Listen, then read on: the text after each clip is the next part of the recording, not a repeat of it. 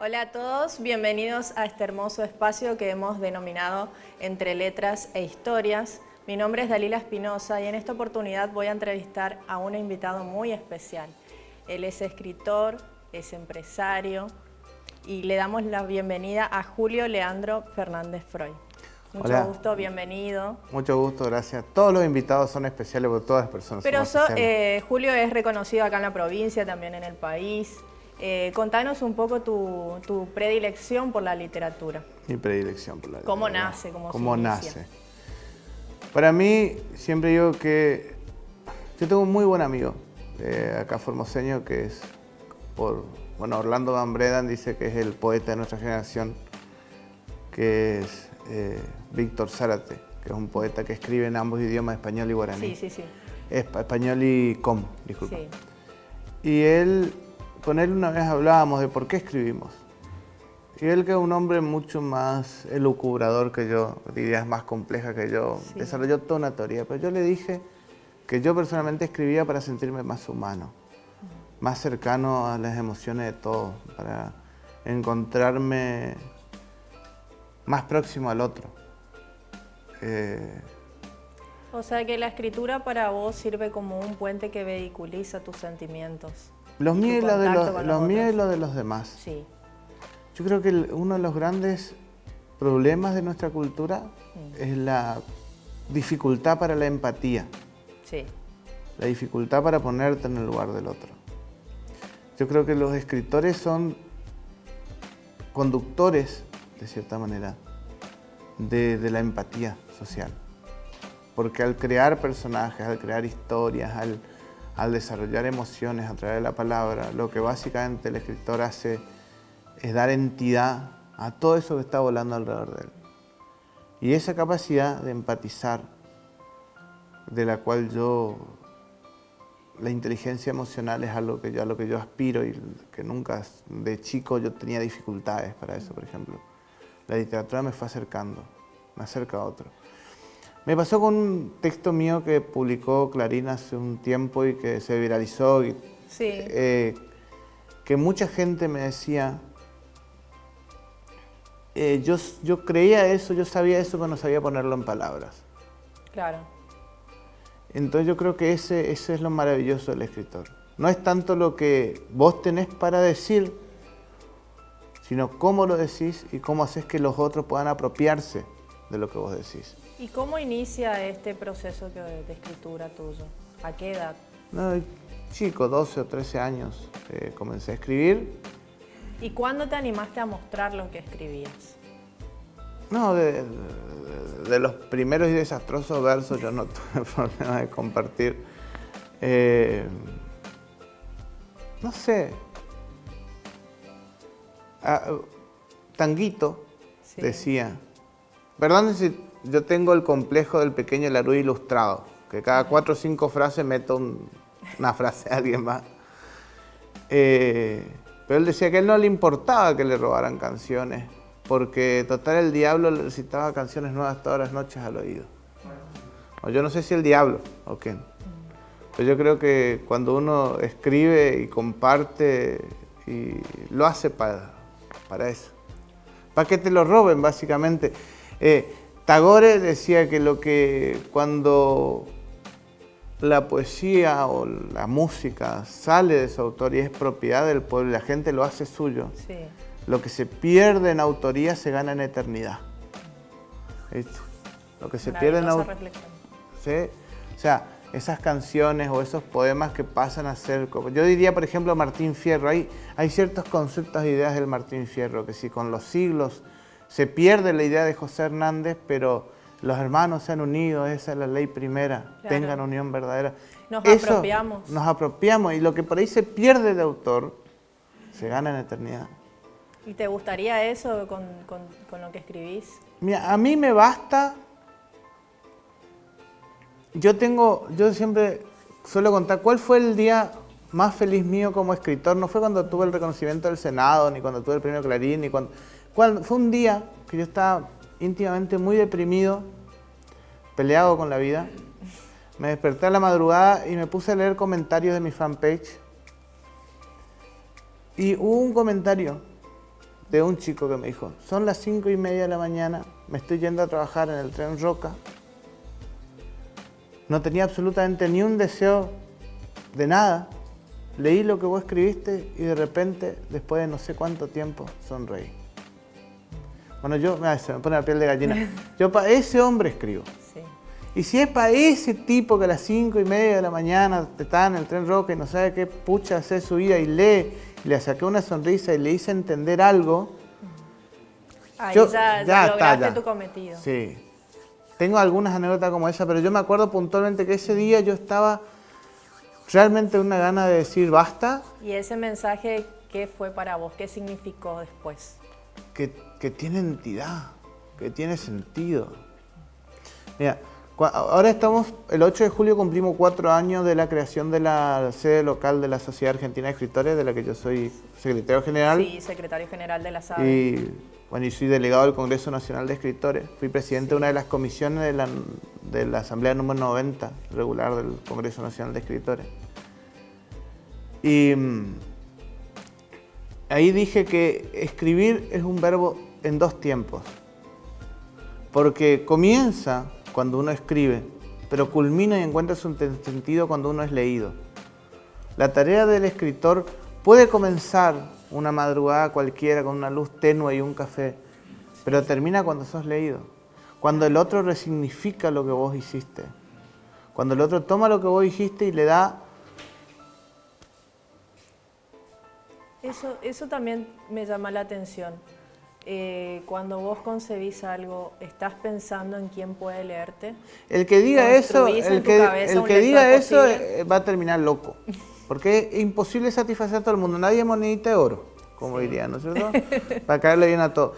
Pero sí hay algo que es verdad. A uno se le escapan las interpretaciones. Yo me acuerdo hace unos años, yo escribí un poema que a mí me encanta, en el que escribí a mi hija, en que uno de los versos digo, ¿cómo no encontrar toda la belleza del mundo en tus enormes ojos fijos? Para mí es lindísimo. Pero una vez una amiga mía que es correctora me estaba corrigiendo porque yo, lamento informar, tengo una ortografía terrible. Raro para un hombre de tanta lectura, pero bueno, nadie perfecto. Y él me dijo, ay, qué feo ese verso. Y me dijo, porque ojos fijos me recuerda a un cadáver, a una persona muerta. Y yo, en cambio, escribí ojos fijos con la idea de esa mirada de mi hija que imperturbable que me mire y busca al papá. Y bueno, y eso, ¿viste? O sea, uno no puede estar cavilando eternamente todas las interpretaciones posibles, es imposible. Y pero aparte sí que cada uno te lee desde su subjetividad. Desde su subjetividad. Pero sí, lo que sí uno tiene que hacer es fundamentalmente ser fiel a uno mismo.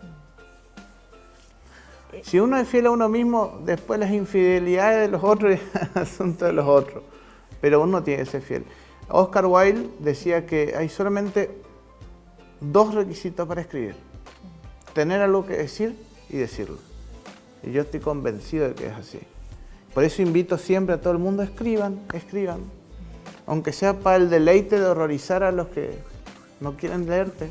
Pero escribí, porque cuando escribís, participás de un rito extraordinario del cual solamente las mujeres podrían entender lo que es crear vida, crear algo de la nada. Sí. Yo creo que el hombre en cuanto masculino, se perfecciona cuando escribe.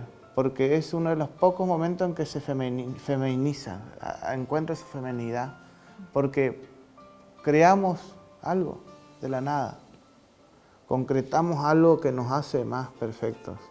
No hace mucho yo leí que los faraones usaban estas pelucas, estas estructuras así que usaban, porque era en la creencia, no sé si será verdad, pero si fuera mentira merecería ser verdad, como decía Borges, ¿no es cierto?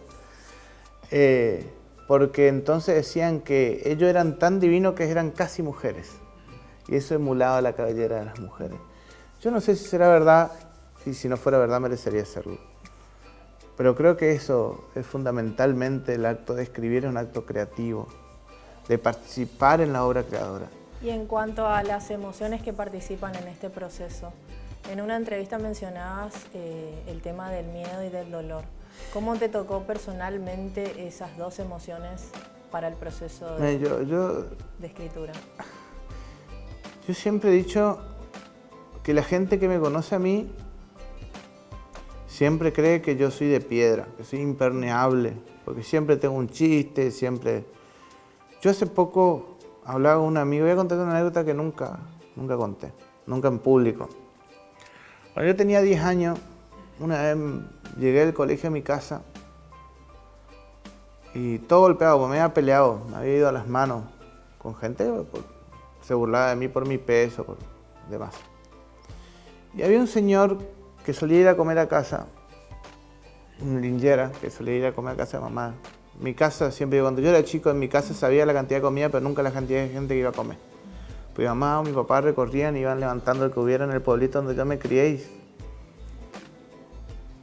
y compartíamos. Y ese hombre me dijo, mira Julio, y creo que la filosofía de mi vida, más que todos los grandes filósofos, me influyó ese hombre. Me dijo, mira Julio, vos podés pasarte el resto de tu vida agarrándote a trompada con cada estúpido que te cruce. Pero te aviso que si lo haces no vas a tener tiempo para hacer más nada que eso. Nada más que eso. Podés hacerlo, pero te va a quitar tiempo para vivir, para hacer todo el resto. ¿Por qué, hijo? Estúpidos hay en cada esquina. Exacto. Y vos sabrás que razón tenía. 25 años después a mí me resuena en los oídos ese consejo. Y es un consejo que le doy a todos los que sufran bullying, a todos los que... Muchachos, pueden agarrarse a sopapo con cada estúpido que se crucen, pero no van a tener tiempo para hacer más nada que eso. Como yo lo tomé bastante al pie de la letra eso, tengo 36 años, tengo una empresa, tengo casa, tengo familia, publiqué varios libros, tengo premios, me recibí a los 21 años de abogado, porque cada vez que estuve tentado a agarrarme a trompada con un estúpido, pensé, tengo cosas más importantes que hacer. Hacer algo mejor. Tenía mejores cosas que hacer. Además, en el fondo, quien lastima 99,99% de las veces lastima porque está lastimado y quiere verlos a todos en su misma condición. Sí, y si la manifestación de la frustración. La frustración, el miedo. Yo creo que fue Antonio de Melo que dijo que la maldad es tan rara como la santidad. Si nunca conociste a un santo, es muy probable que nunca hayas conocido a una persona verdaderamente mala. Que la mayoría de las veces que vos ves a alguien que vos pensás esta persona es mala, la persona o es ignorante o tiene miedo. Y al ignorante se lo educa y uno acompaña al miedoso. Y se soluciona el problema. La maldad es rarísima. Yo creo que sí. Yo creo que la maldad, yo en eso no pienso como Maquiavelo que el hombre es esencialmente malo, no. Yo creo que la maldad existe, pero es casi un agregado estadístico de lo rara que es. La gran mayoría de las veces lo que creemos que es maldad o es ignorancia o es miedo. Y son cosas que uno tiene que superar. Y en cuanto a este camino de superación, ¿qué te significa hoy? ¿Qué te inspira actualmente? Mira, a mí mis fuerzas motoras son mis hijos. Sí. Mis hijos. Tengo 2 hijas maravillosas y estoy esperando mi tercer hijo. Felicidades. Sí. Mi fuerza motora principal son mis hijos. La tarea de que para ellos sea un poquito más fácil que para mí. Yo escribí un monólogo hace un tiempo en que digo que es un hombre solo que se siente derrotado y se le presenta un espíritu y le dice, vos tenés 2 padres, tenés 4 abuelos, 8 bisabuelos, 16 tatarabuelos, 32, 64. Solamente en los últimos 200 años tenés más de 2000 antepasados. Hermano, vos no estás solo, vos sos un ejército, no te das cuenta. Yo creo que hay algo de eso y creo que la tarea fundamental es tomar de ese ejército las armas que te sirvan, perdonar las que no y asegurarte que para el siguiente sea un poquito más fácil. Un poquito, no, pero un poquito más fácil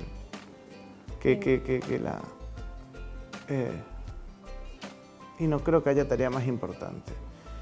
Es importante el mundo que dejamos a nuestros hijos, pero tan importante como ese de los hijos que dejamos al mundo. También. Yo estoy muy seguro que mis hijas lo harán mucho mejor que yo. ¿Y lo manifestás en tus redes sociales todo el tiempo? Siempre escribo de eso, siempre... Sí. Hoy en día acá tenemos en exhibición el libro tuyo, Sí, Poetas Somos Todos, y también sos activo en las redes sociales. Sí, bueno, ahora estos últimos meses estoy un poquito, pero sí tengo algo así como 500.000 seguidores más o menos en Facebook. Y me niego a tener Instagram, me niego terminantemente, porque la imagen es una cosa que a mí, bueno, como está visto, no es mi punto fuerte. Prefiero la palabra. Pero sí, Facebook a mí es la discusión, ¿no es cierto? Sí. Sí, que es importante, si el soporte o el mensaje. Yo creo en el mensaje. El soporte es relevante. Indudablemente, cuando pasaron del barro al papiro, habrá habido gente que se ofendía y decía, no, eso no va a durar nada con el papiro. Y yo creo que lo importante es el mensaje. El cómo lo transmitir. Hoy me mencionaba detrás de cámaras que tenés una amiga que es leída. Bueno, por ejemplo, yo soy muy amigo de Mayra Arena, que es una influencer literaria y escritora. Hace unos años un video suyo tuvo como 200 millones de reproducciones en YouTube. Es impresionante eso. Somos muy amigos, hablamos día por medio. Y ella no publicó todavía un libro, está desarrollando un libro y sin embargo ella ha sido leída literalmente por cientos de millones de personas. Entonces, vos decís, ¿qué te hace escritor? Exactamente, me sacaste la pregunta. ¿Qué te hace escritor? ¿Qué es lo que valida a un escritor? ¿Qué es lo que yo sinceramente y con toda mi convicción lo digo y que me refute el que sea, no hay un escritorómetro, ¿tá? No hay una medida de temperatura o de grado o de peso. Si fuera de peso yo seguro gano. ¿No es cierto? No hay forma de medir. Escritor es aquel básicamente que escribe. Y para mi percepción personal, además es leído. Por el solo deleite o goce o placer de hacerlo. Ahí está el ser escritor. Mira, uno de los escritores que más ha influenciado la literatura de Occidente, no vamos a decir universal porque no hay que ser soberbio, de los últimos 300 años, no publicó un solo libro en vida, que fue Gustavo Adolfo Bécquer. Él murió y creo que a los 5 o 10 años un amigo suyo recabó una colección de poemas y en honor de esa vieja amistad publicó el libro y fue un exitazo y es al día de hoy uno de los escritores que más ha influenciado en la literatura occidental, no solo en español, sino en varios idiomas, y él no publicó una sola letra en vida. Entonces, pero escribió. Entonces, yo no sé hasta dónde la pregunta sería tipo la pregunta de la Matrix, ¿no es cierto? Sí. Gustavo Adolfo Bécquer, bajo los parámetros de mucha gente institucionalista, no era escritor, porque nunca publicó. Y sin embargo, yo te voy a rebatir hasta el último día de mi vida que es probablemente uno de los escritores del siglo XIX más importantes. Si no, no sé si el más, ¿viste? Porque ese problema con los estudiantes de literatura que después te agarran una silla y te quieren dar por la cabeza. Porque, bueno, la subjetividad. A mí, no digáis que acabó su tesoro, de asuntos falta, enmudeció la lira. Podrá no haber poetas, mas siempre habrá poesía. Sigue siendo uno de los versos más lindos escritos. Que, bueno, es de Gustavo Adolfo Bécquer, ¿no es cierto? No digáis que acabó su tesoro, de asuntos falta, enmudeció la lira. Podrá no haber poetas, mas siempre habrá poesía. Mientras uno pueda ver en otros ojos la propia mirada profundamente repetida. Es maravilloso. Sí. ¿Y qué te gusta particularmente de la poesía? Nosotros adolecemos, ya Borges, hace muchísimos años en un congreso, un escritor perdido de la SADE, preguntó, ¿y qué hacemos por los jóvenes poetas? La preocupación eterna de los escritores es qué pasa con los escritores más jóvenes. Sí. Por lo menos la boca para afuera, ¿no es cierto? ¿Qué hacemos? Le dijeron a Borges. ¿Qué hacemos por los jóvenes poetas? Y Borges, en su característica ironía, dijo, persuadirlos, mi amigo, persuadirlos. O sea, estamos en una época donde somos mucho más los que escribimos que los que leemos poesía, lastimosamente. Pero son momentos. Después se supera. No sé, yo tengo la percepción de que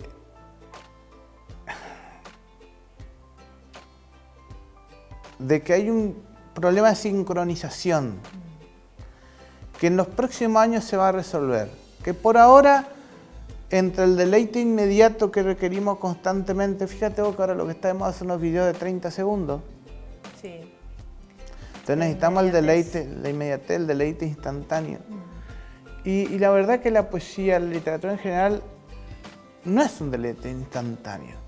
No necesariamente instantáneo, vos tenés que digerirlo, interpretarlo. Leerlo varias veces. No sé si leerlo varias veces, pero tiene que haber un estado de espíritu que te permita entrar ir al encuentro de eso.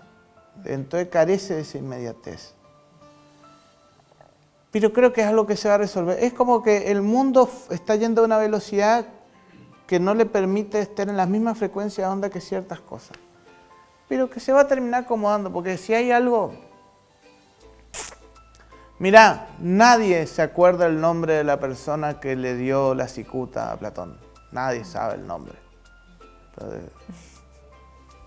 De él... No me acordaba. De Sócrates, perdón, fue que fue. Se me cruzaron los filósofos. Nadie sabe los nombres de aquellos que fusilaron a Lorca. ¿Vos sabés? Nadie sabe. ¿Está?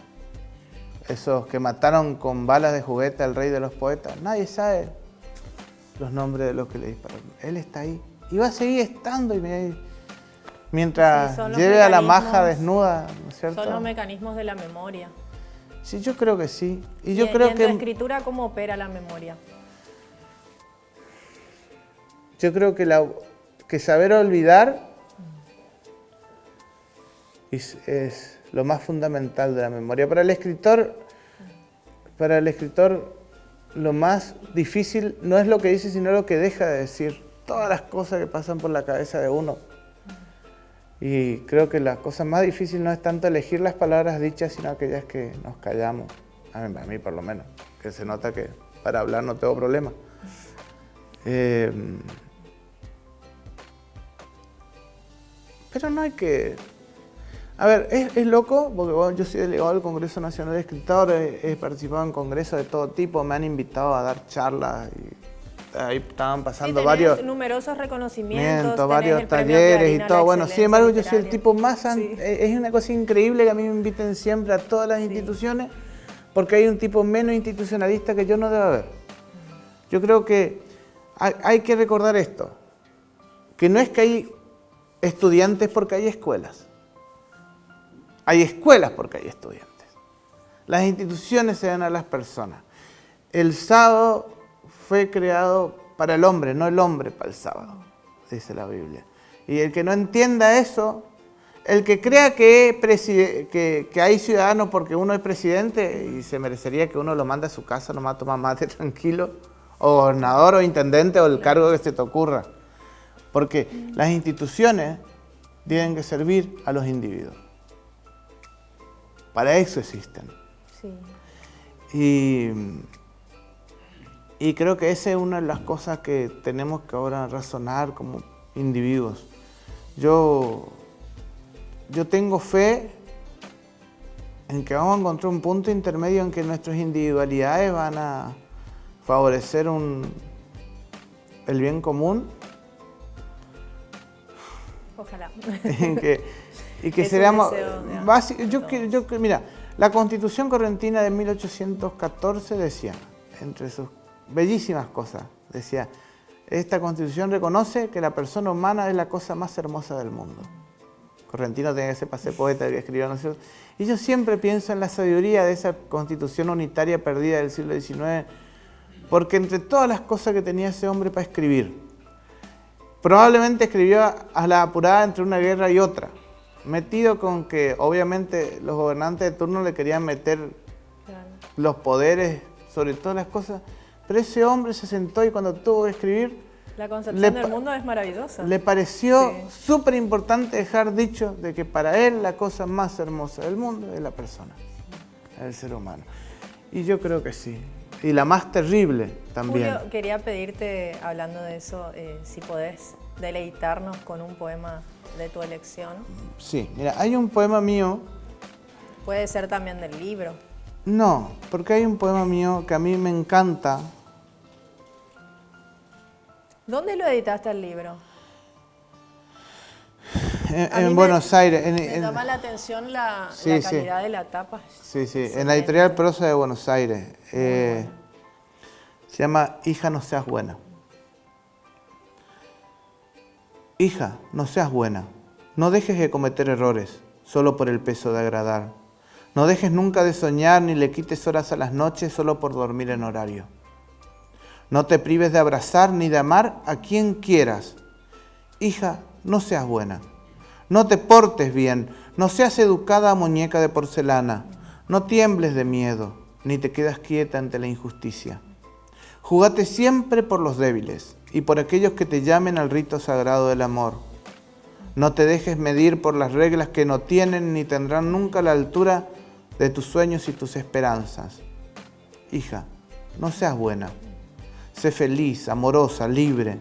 Llena de primavera el pecho, aún en medio del invierno. Deja florecer tus dedos en la tierra caliente de Formosa o de cualquier destino que esta vida te depare. Hija, no seas buena, ni obediente, ni moral, ni cristiana. Sé lo que eres, que es más grande. Sé la hija que amo y da sentido a mi vida, la que no tiene malicia y no debe cargar con el pecado original, la que abraza a su padre casi por instinto y sin reproches. Hija, no seas buena, eres mucho, mucho más. Qué hermoso, qué hermoso. Ese poema a mí me encanta porque desde chiquito vivimos con el karma de ser bueno, no seas malo, ser bueno, ser bueno. Y yo creo que más allá de la cuestión teológica de que solo Dios es bueno, creo que lo que uno debería enseñar es el espíritu socrático de ser lo mejor que puedas ser, la mejor versión de vos mismo. Sí. Y eso yo le enseño a mi hija. Y eso me enseña a mi hija más grande. Mi hija más chica me está enseñando el don de la paciencia porque es terrible, la chiquitita. Y vamos a ver qué otra cosa me enseña el hijo que está viniendo. Pero yo creo que todo buen padre está dispuesto a aprender tanto como a enseñar. Y que esa es la tarea. ¿Le solés leer a tus hijas? Sí, a la más grande sobre todo me ha acompañado a congresos, encuentros, toda la vida han dado atrás mío. A ella le encanta ir a las reuniones de los poetas, como es. Sí. Y la más chiquita, tiene 3 años y medio, pero sí, cuando me tiene paciencia, porque es chispita. Pero sí, trato de inculcarle la cultura. Anteayer le encontré a mi hija de 9 años viendo un documental re entretenida y yo dije, no, estoy haciendo bien mi trabajo. Claro, tratar de transmitirle. Sí, que aprenda. ¿Y qué mensaje te gustaría dejarles a ellos y al hijo que viene en camino? Aparte de que decís que sean la mejor versión. No te des por vencido ni un vencido. Alma Fuerte, es curioso la historia de Alma Fuerte, vos sos estudiante, sí. Porque es un personaje raro, ¿no es cierto?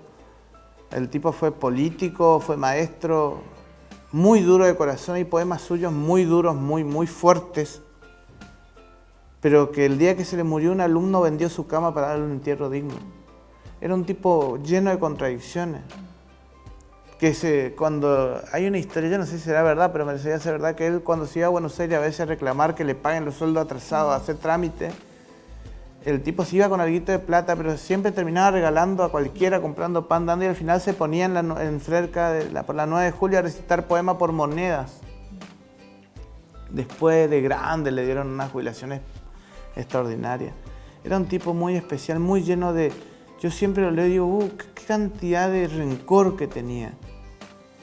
Pero si era un rencor tan maravilloso que le llevaba a hacer cosas tan extraordinarias, es raro, uno no... Sí. A mí, por ejemplo, siempre... como disparador. Es raro, pero a mí me pasa esto.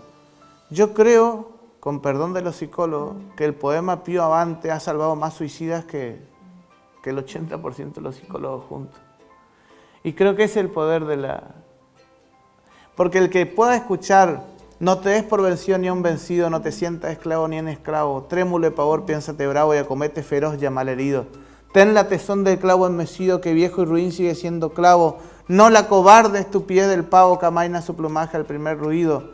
Procede como Dios que nunca llora, como Lucifer que nunca reza, o como el robledal cuya grandeza necesita del agua y no le implora. Que muerde y vocifere vengadora ya rodando en el polvo tu cabeza. Si vos escuchás eso y no te da ganas de levantarte y hacer un zapucay, por favor, o sea, eso es todo lo que tenemos. ¿Hace cuánto murió Alma Fuerte, Palacio? ¿120, 130 años? ¿Más? Acá está vivo. Y cada vez en mi vida que yo he tenido ganas de darme por vencido y ese poema ha venido a mí, estaba vivo. Y a eso podemos aspirar. Sí. ¿Y cuál es el mensaje a mi hija? Ese, no te des por vencido ni a un vencido. ¿Tá? Te creyeron muerto, pero no sabían que eras una semilla y que ibas a florecer al ser enterrada. Ese no es mío, no me acuerdo de quién es, pero es maravilloso. ¿Tá? Te creyeron muerto y te enterraron, pero no sabían que eras semilla. ¿Y tomás ideas de otros escritores? ¿Te gusta trabajar? Consciente e inconscientemente, sí. ¿No es cierto? También somos lo que leemos. Principalmente somos lo que amamos, por eso hay que tener mucho cuidado con lo que amamos. Si amamos, o sea, ojo al piojo, a eso lo decía Facundo Cabral. Somos principalmente lo que amamos, por eso hay que tener muchito ojito con lo que uno ama. Porque si uno ama el dinero tiende a convertirse en un bien material. Y si uno ama a las personas tiende a convertirse en lo mejor de las personas. Yo creo que, de vuelta es raro, yo he leído miles de libros, soy una persona muy cultivada. Pero algunas de las cosas más sabias que he escuchado en mi vida las he escuchado de personas que probablemente no terminaron de leer un libro en su vida. El Desiderata, que es un poema hindú, dice, escucha al pobre y al ignorante, ellos también tienen su historia. Yo creo que, porque lo creas o no, el universo es como debiera. Yo creo que eso es así. Creo que todo el mundo tiene algo que enseñar. Y que venimos a esta vida a aprender. Venimos a esta vida a ser felices y a hacer felices a la mayor cantidad de gente posible. Sí. Yo creo como Schopenhauer que un medio de la salvación es el conocimiento, pero a diferencia de él creo que el conocimiento, si no está al servicio de la felicidad de uno y de los otros, más vale sería ser ignorante. Porque el conocimiento que no está al servicio es la diferencia entre una piedra que está en el camino y una piedra que se construye para construir un castillo. Una piedra inerte en el camino puede hacer tropezar, una piedra en el lugar justo puede ser un castillo. Yo prefiero que mis ideas sean para un castillo. Esa es mi idea. Y eso es lo que yo aspiro. Y mi aspiración más grande es que mis hijas participen en eso. Creen un mundo mejor y sean un mundo mejor. Ese es todo mi deseo. No creo que... Lo que quiero decir con esto, no hay que hacer creer a la gente de que la literatura es un monstruo sagrado. ¿Está? Sí, ese es por ahí el gran problema. Es que la literatura es una cuestión de intelectuales. Mira, la literatura es demasiado importante para dejarlo en la cabeza de unos pocos tipos que se creen más inteligentes que el promedio. Muy cierto. Muchísimas gracias, Julio, gracias. Por haber venido a compartir con nosotros y darnos esta charla tan amena y enseñarnos. Sí, disculpen lo aburrido. Soy terriblemente aburrido, pero es lo que hay. Muchísimas gracias y invitamos al público a que nos sigan acompañando con este ciclo. Bueno, maravilloso. Le invito a todos los que quieran ser parte, pueden buscarme a mí en las redes, Julio Leandro Fernández Freud, si no la presidenta de la SACA, que tenemos una presidenta mujer. Sí, además tenés una página también. Sí, de la SADE, de la Sociedad Argentina de Escritores, Celia Sander, que es la presidenta. Sí.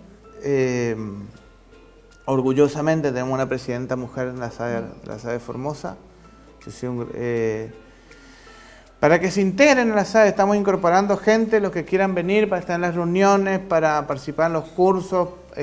Próximamente vamos a tener una sede para tener una biblioteca propia, estamos trabajando en eso. Así hayas escrito un poemita con rima directa de 3 versos que te avergüenza leer hasta ante tu madre, venite. Que algunos de nosotros escribimos peor, con seguridad. Y es muy lindo abrir espacios y que la gente pueda sumarse, así que están todos invitados y bueno, muchísimas gracias, Julio. El 8 de julio cumplimos un aniversario más de la creación de la SADE. Vamos a hacer una actividad, vamos a estar compartiendo en las redes, también los que quieran acercarse.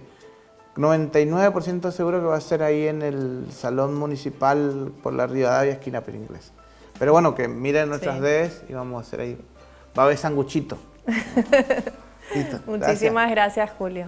Los invitamos a seguirnos en el ciclo y nos acompañen en las próximas entregas.